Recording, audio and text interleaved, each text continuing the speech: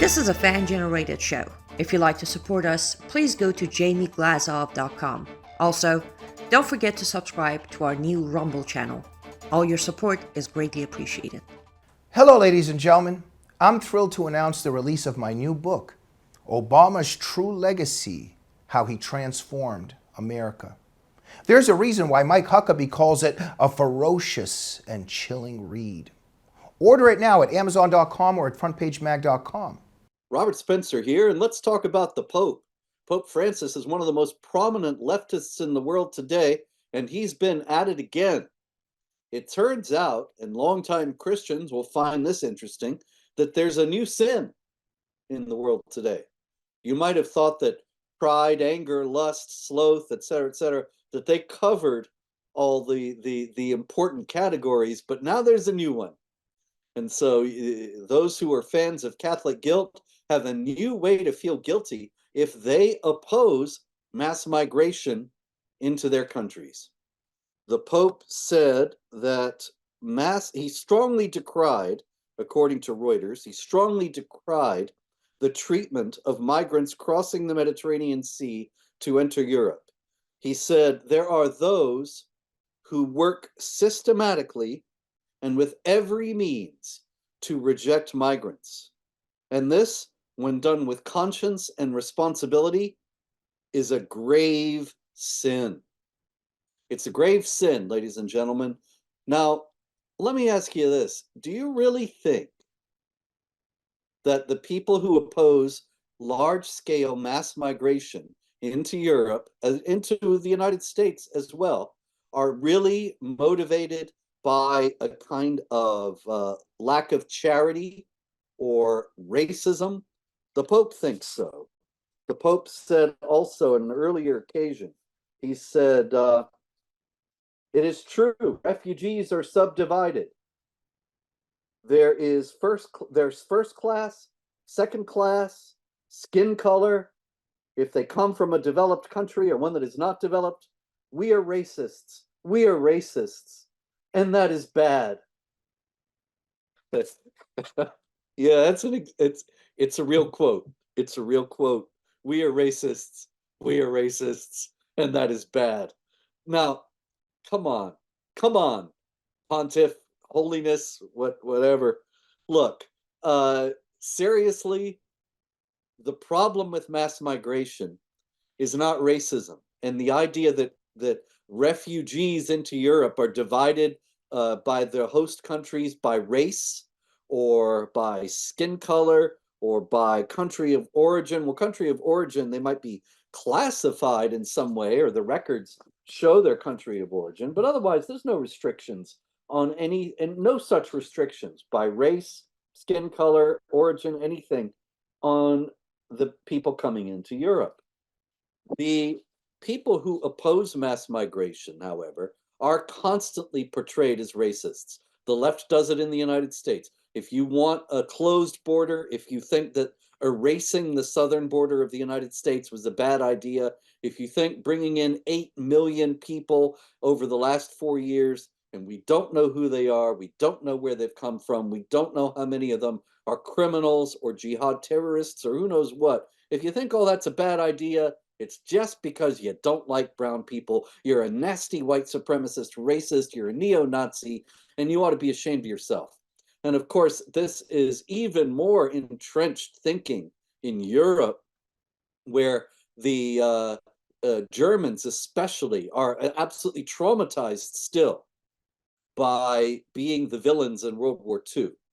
And because they classified the Jews as a subhuman inferior race and committed mass murder on an extraordinary scale as a result, they are still desperately afraid of anything that even comes close to looking like racism. And so Angela Merkel, the former chancellor, took tremendous advantage of that, and in 2015 opened Germany to millions of mostly Muslim migrants, mostly from Turkey and from South and Central Asia. And she said, "Wir schaffen das, we can do this.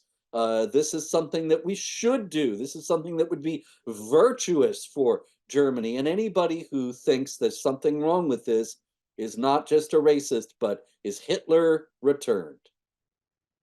There was even a movie made in Europe some years ago that had Hitler returning.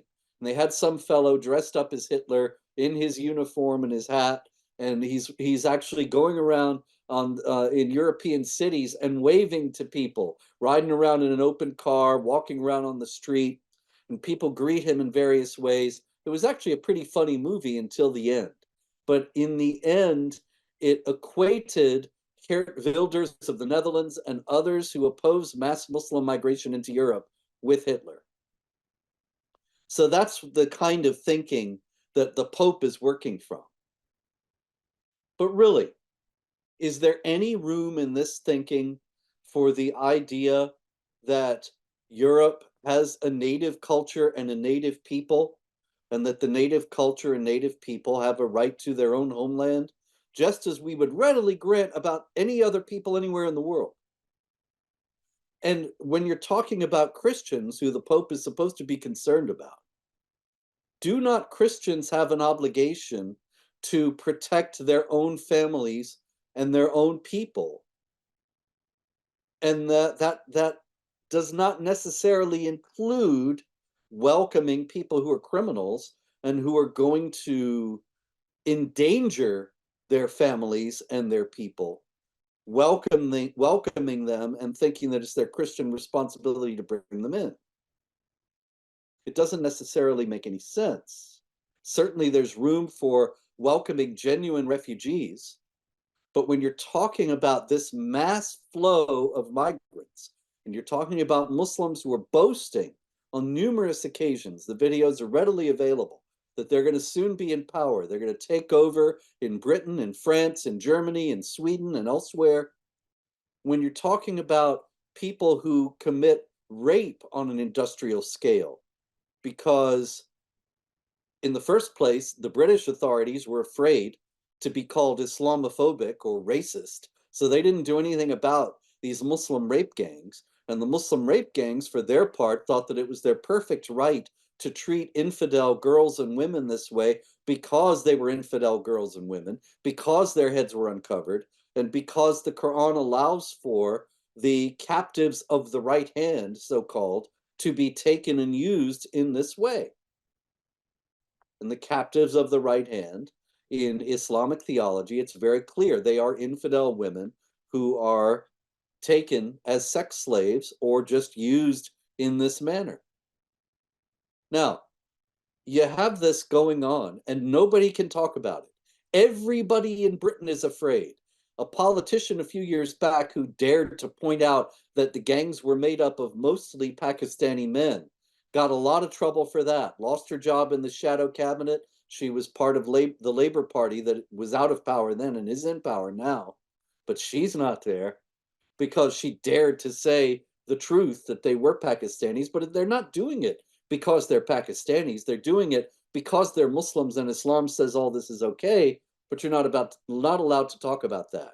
And you're not allowed to talk about the immigration policies that allowed for large numbers of these men to come into the country, with more coming all the time. And then all the authorities are so afraid of being called racist that they're able to act in this way with impunity. The Pope has never addressed any of that. He doesn't seem to care about any of that. The Pope is only addressing this in an extremely monochromatic way. You also have the same phenomenon going on in Sweden, where Stockholm had been this placid and peaceful city, suddenly became the rape capital of the world. What changed? Mass migration. And it's the same thing we see all over in Western Europe. And it's not just, of course, the rapes. Crime has skyrocketed. You have this whole group of people, has nothing to do with race. It has to do with their core beliefs. And their core beliefs are encapsulated in two passages of the Quran. The Quran says in chapter 3, verse 110, you are the best of people, enjoining what is right and forbidding what is wrong. The Muslims are the best of people on earth. And then in chapter 98, verse 6, it says the unbelievers are the most vile of created beings. So here you have a group of the best of people, and they're coming to the land of the most vile of created beings. They're not going to have a lot of respect for the laws of the land because they enjoin what is right and forbid what is wrong. They're the ones who know what's right and wrong. Why should they care about what the most vile of created beings have outlawed? So crime skyrockets. Of course, you have jihad, so you have terrorist activity. This is the Europe that Western authorities have made by their migration policies.